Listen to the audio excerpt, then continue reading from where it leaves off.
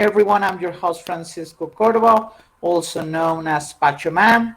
I'm the author of the book Beat the Robots, where I analyze the implication of technological unemployment, innovator under 35 at the MIT, and today starting our with our guest, Calum Chace.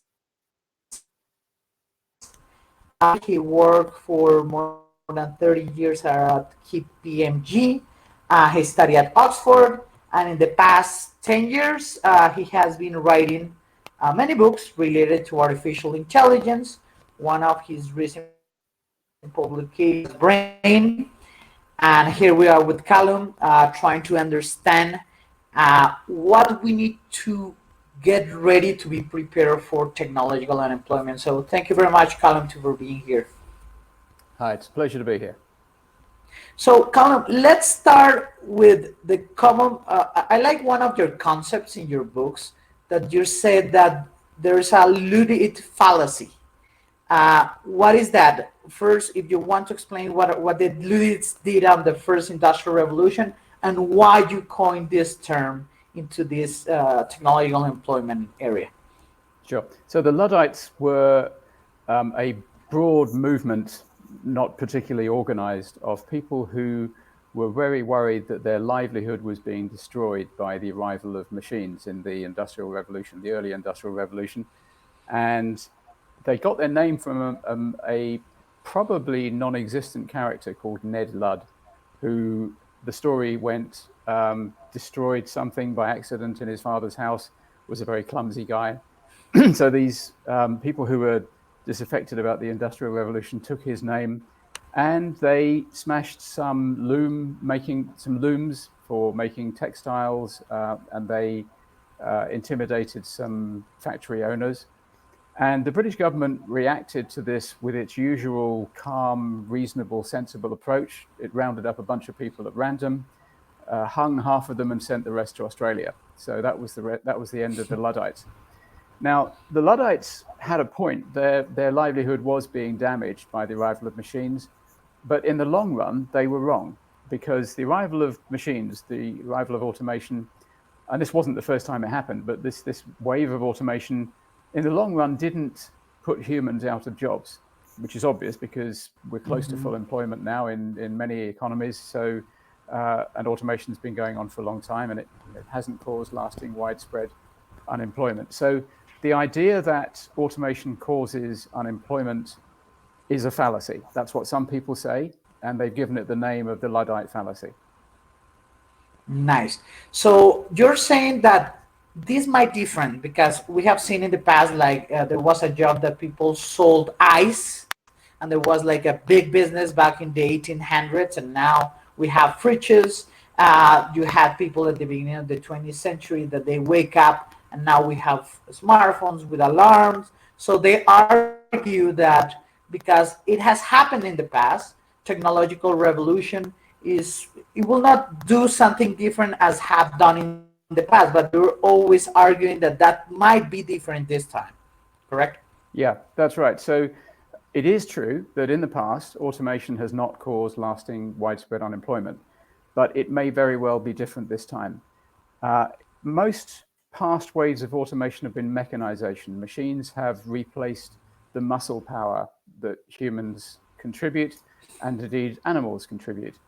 Now, we have seen lasting widespread unemployment, but not of humans. We've seen it of horses.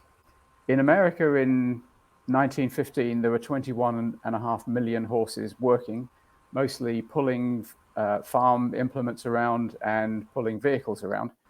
And the population of horses in America now is 2 million, and they don't work, unless you count being race horses work, I guess it is. So that's massive technological unemployment, but of horses, not of humans. We now have a different type of automation coming. Past waves were mechanization, dealing with muscle power. We now have cognitive automation. The machines are coming for our cognitive jobs. The people who used to work on farms, whose jobs disappeared, taken by machines, now work in offices and shops and factories. And those jobs are under attack, not so much yet, but in the next few decades by machines. And when all the cognitive jobs are gone, if they do go, then what's left for humans to do? That we can't do muscle jobs anymore, we can't do cognitive jobs anymore. Some people argue that we will do emotional jobs, that we will work to help each other. To be a bit cynical, it's described as being everybody will be each other's nurses and therapists. And that might happen. I'm personally very skeptical of that.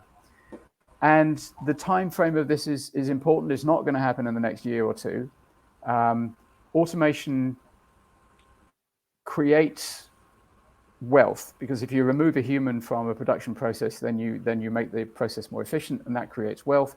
Wealth creates demand, and demand creates new jobs. So as long as there are jobs which humans can do and machines can't do, then there will be lots of jobs for humans. And that's going to be true for quite a while, because there's a lot that machines can't do yet. They're still quite primitive. But the mistake people make is twofold. One is to think too much about the short term and not enough about the long term. And the other is to underestimate the power or the speed at which computers and machines are improving. So there's a phenomenon known as Moore's law, which describes that computers get twice as powerful every 18 months. And although some people say that's dead or dying, it's not true. It is continuing. It's changing, as it always has changed. So in 10 years' time, the machines we have will be 130 times more powerful than the machines we have today. That's what doubling every 18 months does. And in 20 years' time, if Moore's law or something like it is still going, they'll be 8,000 times more powerful. And in 30 years' time, they'll be 1,000,000 times more powerful. Now, if we have machines that are 1,000,000 times more powerful than the ones we have today, it seems to me very unlikely that humans will still occupy many of the jobs that we do today. And then the question becomes, well, do we create lots of new jobs that machines still cannot do? Perhaps these emotional jobs. And as I say, I'm skeptical of that. So that's why I think it might well be different this time. Some people argue that because created by humans, in the future it will be continued to be created by humans. Therefore, the types of jobs are the programmers and this technical. What do you think about this area? Machines are to some extent programming themselves already. Machines are learning. They don't. The cutting edge AI doesn't do what you tell it to. It learns how to achieve a function. So you set the function, and then you let the machine get on with it. And this doubling process, this Moore's law process, means we are really only at the very beginning of our AI journey. Of course, we will still only be at the beginning in 10 years' time, because that's what an exponential curve, this doubling process, does. You're always at the beginning. And so increasingly machines will program themselves, and we won't need human programmers so much. For some time, programmers, and particularly cutting-edge AI developers, are going to be very much in demand. Right now, they can name their own salaries. They get paid fantastic. They get paid, Premier League football type salaries, and that's going to carry on for a while. But increasingly, the machines will be able to design their own algorithms, and the systems will run themselves. So, in that sense, what we're seeing today in terms of the programmers, they will also change the way they do their work in the future, because the machines are the ones that are going to be programming themselves, and therefore the types of jobs that we want to create for the future, like, we want everyone to be a programmer and we want everyone to be engaged in a programming schools, also could disappear. Yeah, I have no idea how long it will take before the job with category of programmer becomes less in demand than it is now. It might be 5 years' time, it might be 15 years' time. But I think somebody beginning on a programming career right now is making a perfectly sensible choice. I'm not sure they'll retire in that job. But work of all types is going to change increasingly fast over the next 20 to 30 years. And people are going to have to get used to retraining, reskilling over and over again. And in my generation, I've seen the nature of work change quite a lot. When I started work, people expected to work for one company, many people, for their entire career. And some of my contemporaries did. But, I've had several jobs in my career, several careers, actually. I think people coming into the workplace now are going to have many careers during their lives. We're going to go through a period of increasingly rapid job churn, and we have to get a lot better at retraining ourselves and helping other people to retrain. I think that's an interim period, this job churn period. And the time that interests me is what happens when we get to the end of that. And machines can do almost everything that we do for money, cheaper, better, and faster than we do. And at that point, I think we need a different type of economy. And that's what I spend my time thinking about. And in that sense, you always criticize the universal basic income as the ultimate solution for the future. Why you argue that? Well, universal basic income is at least asking the right question. It's saying, if there isn't enough work for everybody, what do we do about it? But I think it's the wrong answer to the question, because it's too expensive. If all the goods and services that you need for a really good standard of living remain expensive, then the only way to pay for universal basic income is to tax rich people and to tax them really heavily. And what rich people are good at is hiding their money. If you tax them a reasonable amount, then they pay.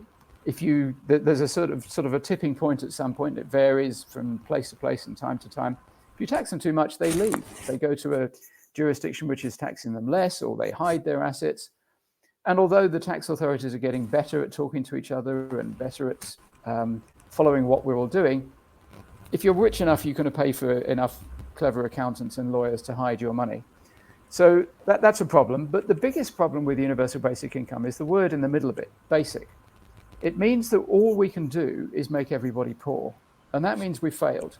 We have to do much better than that. We have to make everybody rich, or at least very comfortable. And I think there is a way to do that. Unfortunately, it sounds a bit crazy, so I don't always win this argument. But I think the answer is we have to achieve an economy of abundance. I think we have to get to a point where all the goods and services that you need for a very good standard of living are nearly free. Not entirely free, because it's a good idea to keep the market. Markets are a terrific mechanism for allocating resources, because they oblige everybody to tell the truth about what they actually want, and not what the first thing that pops into their mind that they want, but what they really want, because they have to spend their own money. But if we make everything really, really cheap, then it isn't hard to give everybody a great standard of living. And the good news is that we are in the process of making everything very cheap. Energy is going to be very cheap in the medium future, because we are going to figure out how to make solar cells very cheaply. Wind and tidal power will also get a lot cheaper. And eventually we can stop digging up dead dinosaurs and use renewable sources. We are getting much better already in our use of raw materials and the efficiency of our production processes. This is going to carry on. AI is going to help enormously with it. And I think we are probably, almost without trying, going to get to an economy of abundance. The question that I think we need to answer is, can we get there before everybody panics about the likelihood of technological unemployment? I see there being a race between those two things, technological unemployment and the economy of abundance. And it puzzles me and disturbs me how few people see it that way. Most people, if you say to them, do you think machines will take over our jobs? They say, I don't know. That's not an irrational response. Mm-hmm. Then the next biggest chunk of people, I think, say, no, it won't happen because it hasn't happened in the past. It's the Luddite fallacy. And then there's a group of people who say, actually, yes, they will, and universal basic income is the answer. And as for reasons I've explained, I don't think it is. The number of people who get beyond that to say, okay, what other solutions might there be, is really small. And although this isn't a problem that we have to answer today or tomorrow, it's a problem we do have to answer in the next decade or so. Because even if full-on technological unemployment isn't going to arrive for 30 years, the fear about it, the panic about it, could arrive a lot sooner, and we need to avoid that panic. If I'm right, and I may very well be wrong, but if I'm right, mm-hmm. and the solution to technological unemployment, if I'm right and technological unemployment is going to happen, and universal basic income isn't the answer, and abundance is the answer, then we need to have that as a consensus view before everybody else becomes convinced that technological unemployment is going to happen. Otherwise, we get the panic. And we know that when we panic, we do really bad things like elect really bad politicians and fight wars and all sorts of stuff that we don't want to do. And Brexit. Yeah, and Brexit. So, do you see a difference in terms of how fast it will be the technological unemployment for developed countries or developing countries? Or do you see that it could happen at the same time? Or what do you think will happen first? I think it will happen first in the more developed countries, but it'll follow very rapidly elsewhere. It'll happen there first because labor is more expensive, and therefore the incentive to replace the human labor is higher. And in less developed countries, you haven't got quite the same incentive to automate.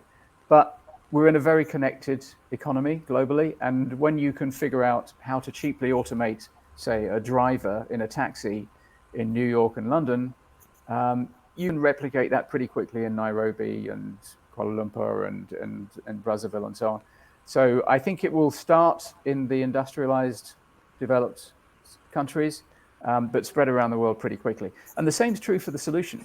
You know, if we do develop the economy of abundance, that I think will also spread around the world pretty quickly. So I think we probably either all succeed together or all fail together. And in that economy of abundance, are the companies all co-owned by workers and other people, or how might a new company will work in that sense? My guess is that we would still have a structure of private ownership because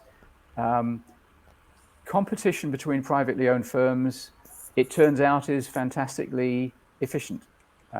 It creates the most efficient production processes. However, it may change. We may discover that when we get to an economy of abundance, it doesn't make sense to have private companies anymore. I doubt that, but that may happen. In the longer term, there are some other issues to do with technological advances becoming so profound that it's dangerous to have some people have priority access to them. At the moment, obviously, rich people have earlier access to all the new inventions that we create. And in many ways, the rest of us use them as our guinea pigs. They have the first iteration of an iPod or whatever it is. It doesn't work very well. And by paying a lot of money for the early examples, they pay for the thing to be made more effective. But technology may well get to the point where having first access, having privileged access to each new round of technological advance becomes quite dangerous, and you have a kind of a speciation. So the richer people become so different from poorer people, they're hardly members of the same species, and that's a really dangerous situation. But that, I think, is a problem further away than the economic singularity being the point where we have to accept that most people will never do a job again. They'll never be paid for work again. So my hunch is that when we get to the economic singularity, there will still be some form of capitalism, no doubt a gentler, kinder form of capitalism. But it might be quite different. You also argued that in the future, when we have the advances on biology, on CRISP, and on like becoming cyborgs, is the only way for humans. Why do you argue that? Well, my point there is, so there's the economic singularity, which is about joblessness. And then there's another singularity, which is likely to come later, which is the creation of artificial general intelligence, which is a machine with all the cognitive abilities of an adult human. And because machines can be improved in ways that our brains can't, the AGI will go on to become a superintelligence. And there's a lot of debate about how quickly that will happen. I think it will happen fairly quickly. Now, at that point, humans replace chimpanzees as the second smartest species on the planet. We don't know whether the superintelligence will be conscious. We don't know what its idea of a good time will be. But we will be a lot less smart than it. And in the same way that the future of chimpanzees depends entirely on us, they have no say in it whatsoever, we will be entirely subject to the whims of the superintelligence. So the most important job for humans this century, and quite possibly ever, is to make sure that the first superhumans really, really like humans and understand us better than we understand ourselves, so they can really help us. But beyond that, I think living in a world where we are reasonably smart mammals, but there are these other entities around which are fantastically smarter than us and getting much, much smarter every day, is going to be a very dispiriting experience for humans. We would be, at best, pets or zoo animals. And I don't want to be a pet or a zoo animal. Also, those superintelligences, I think, will have a much better time than we do. I think they'll have much more fun. And I say that because if you think about how much fun a chicken has, I don't think it has very much fun at all. A dog has more fun, but it's limited. I think humans have the most fun of all the animals on the planet. We're probably also capable of having the most pain and the most suffering, but we have the most fun. So I think a superhuman will have even more fun than us. And so I want to be one of them. So I think that our best future, and possibly our only survivable future once the superintelligence arrives, is to merge with it, which probably means uploading our minds into computers in some shape or form. And personally, I would love to be around to see that, because I think that would be great. I'm fairly unusual in thinking that. Most people think I'm stark raving mad, but that's okay. But that's, yeah. But I was thinking, okay, let's suppose in 20, 30 years superintelligence arrives. Wouldn't that be a problem if you have a super intelligent in China and then in US and then in Russia, but then how the rest of the world can access to that knowledge? Or because you have this super intelligence in these places first, they were used for military concerns and to keep the borders closed, wouldn't that limit the access for the common people to that super intelligence? Well, first of all, you say 20 to 30 years, and there are people who think it will happen that soon. Personally, I think it's further away than that. I think it's much more likely to be 50 to 70 years away, maybe longer. But, within the lifetime of people alive today, which is makes it very important to get it right. And yes, it's possible that entirely possible that the environment in which the superintelligence was developed will influence greatly its attitude to the world and its attitude to us.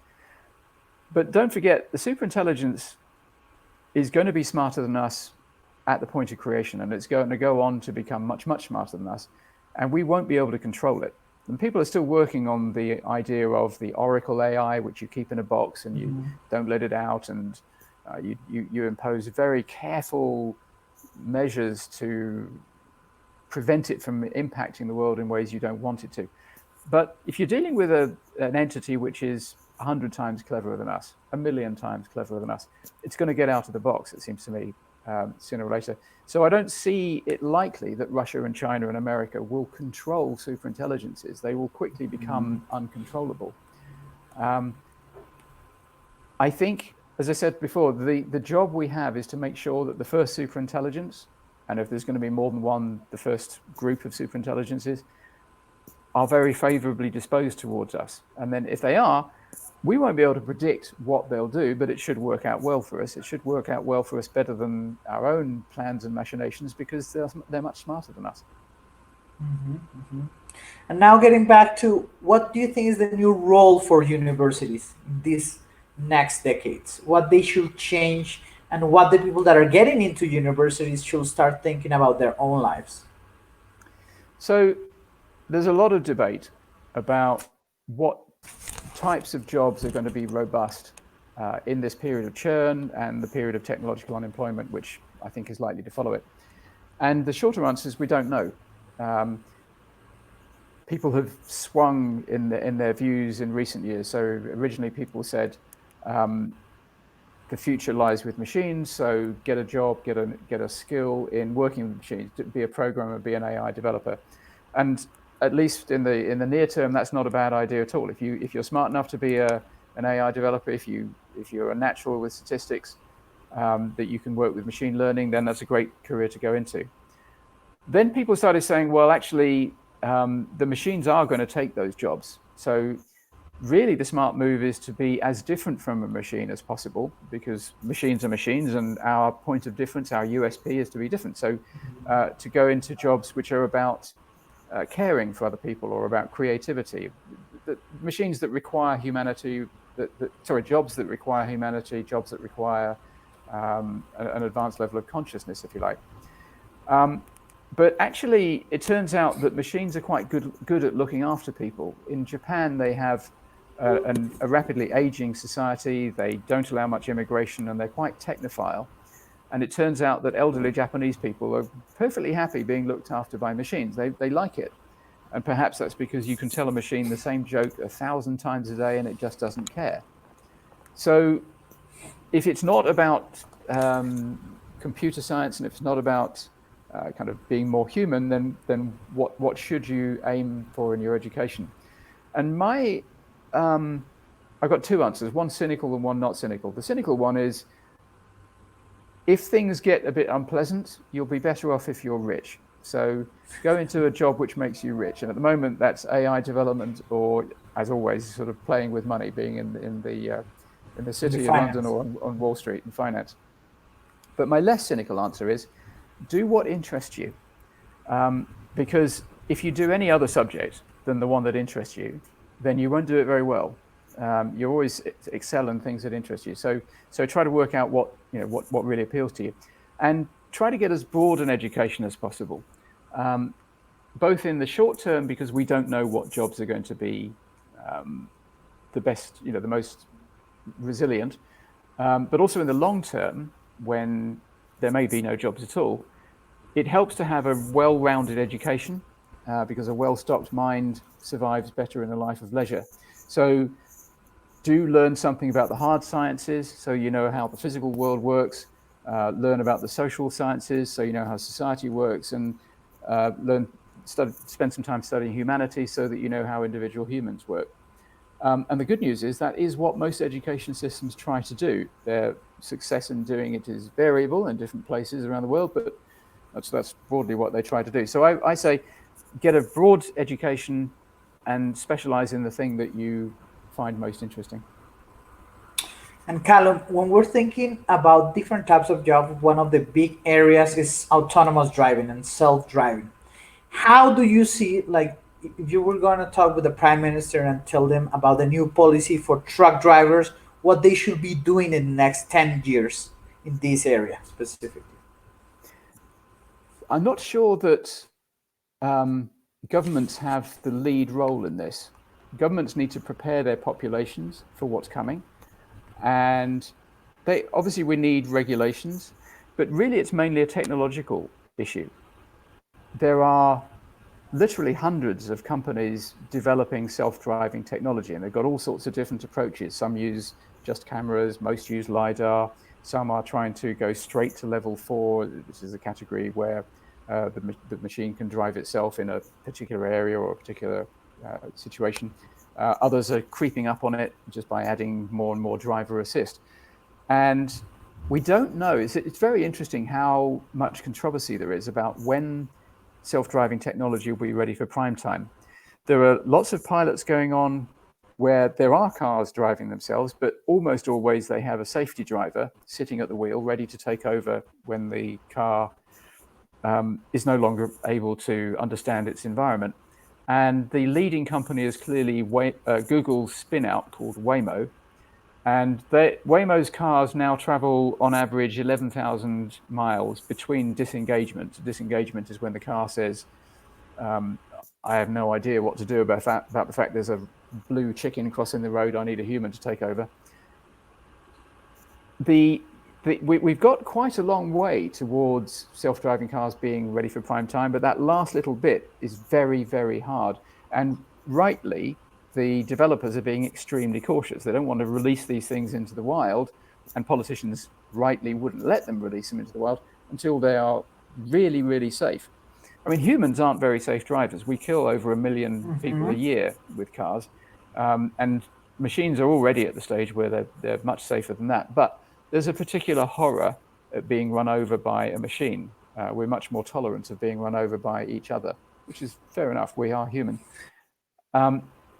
Personally, and I know quite a lot of the smart money believes this, that they will be ready for prime time in the early years of the next decade. So 2022, 2023, possibly 2025, who knows?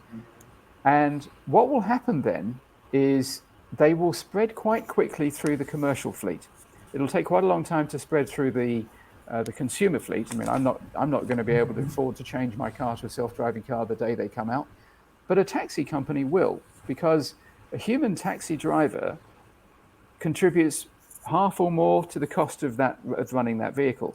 So it won't take long before the technology is cheap enough that it's a no-brainer decision to replace the human taxi driver, the human truck driver, the human van driver. Different environments have different levels of difficulty in the machines navigating them around. But once they're ready for prime time, then I think we'll see that commercial drivers will be automated out of a job fairly soon. So the other thing government should do is think about how they're going to help all those people to retrain to do other jobs. What are the other jobs that they might like to do and might be well equipped to do? Because being a driver is a job you can earn a reasonable amount of money at, depending on what situation you're driving in, without having much in the way of qualifications. So retraining those people is going to be an interesting challenge. Nice. And I see that especially for truck driving, it could be the first wave, buses like public transportation, and then taxis, and then finally you will have the personal car. But you say something important. You need legislation, like local legislation, to allow this. We have seen that there's legislation in the US, in the UK. Which country have you seen that they have an interesting legislation that is not a developed country? Like let's say in Africa or in South America or Yeah, something well, like that. India's transport minister, I think it was about a year ago, said that we're not having self-driving cars in India precisely because we don't want to put all our professional drivers out of work. And I think he was forced to retract that within a week. And I don't think any territory is going to hold out for long. If any territory says we will not allow self-driving when other territories are allowing self-driving, then their transport network will become extremely inefficient, and that will damage their whole economy. So I think that once they're ready for prime time, they'll spread around the world pretty quickly. And do you see like big companies coming from Silicon Valley, from the UK, are the ones that develop the technology even in developing countries, or you can see startups in developing countries having the chance to compete with these large companies as way more tech? So the big tech companies, Google and Uber and Tesla, and the big car companies, obviously Tesla's a car company, Ford, GM, obviously have the resources to throw at this problem, and they will be leaders undoubtedly. But there's lots and lots of small startups, and who knows? This is very early days in the self-driving story. There are bound to be tricks and techniques which startups will invent the big companies hadn't thought of, and some of them will decline to be acquired by the big companies. So I think there's tons of opportunity for people all over the world, any country, to get involved in this industry and to play an important part in shaping it. The big players will be the big players, but there'll be one or two who grow very large, surprisingly, from unexpected areas. And finally, Calum, how do you keep with all this information? What is your system to managing your own input of information? How do you filter? What kind of blogs do you visit? And can you recommend us some books to look on? Um, I read a lot. I read most of what is published about AI. Maybe that's an exaggeration. I read a lot of what's published about AI. Good old Google has search assistants, and I have alerts, and so I read all the stuff that generates. There are some outlets I read a lot. I really like Reddit. I find a lot of very useful things on Reddit. As regard books, well, I have to say this, don't I? I most strongly recommend The Economic Singularity by a bloke called Calum. I think that's as good as any book on the subject of technological unemployment. There's a relatively recent book called The Technology Trap by Carl Frey, about the last time that there was this massive disruption, the Industrial Revolution. Carl was one of the people who wrote the paper in 2013, which kind of got the ball rolling on the current wave of discussion about technological unemployment. Martin Ford's book, The Rise of the Robots, is very good on it, and Eric Brynjolfsson and Andrew McAfee have written a couple of very good books on it. There's more and more coming out all the time. Mm-hmm. And one final thing, why people should read your book of the Pandora's Brain? Well, Pandora's Brain is a philosophical thriller. It's a novel, science fiction novel, about the arrival on the planet of the first superintelligence. Why should they read it? Well, it's very, very hard to write about advanced artificial intelligence. It's science fiction. It's very, very hard. You not only have to create a believable world with believable characters, you also have to write about a world which doesn't exist. So you've got two very hard jobs at the same time. I don't think there are many writers who have really taken seriously the enormous impact that superintelligence will have. So you get a lot of stories where there's an AI involved, but the AI is just one of a cast of characters. So classically in Star Trek, Data runs around. He's a superintelligence, but all he wants to do is be human. That's nuts. The rest of the characters would be wanting to be him because he's much smarter than them, and he can improve his own intelligence as well. So if Pandora's Brain has a virtue, it's that it takes seriously the idea of how much changes when you have a superintelligence on the Earth. Thank you very much, Calum. We will put all the links to your book so people can consult you, follow you on Twitter. You're very active. See everyone in next season for the future. Thank you, Francisco. It's been fun.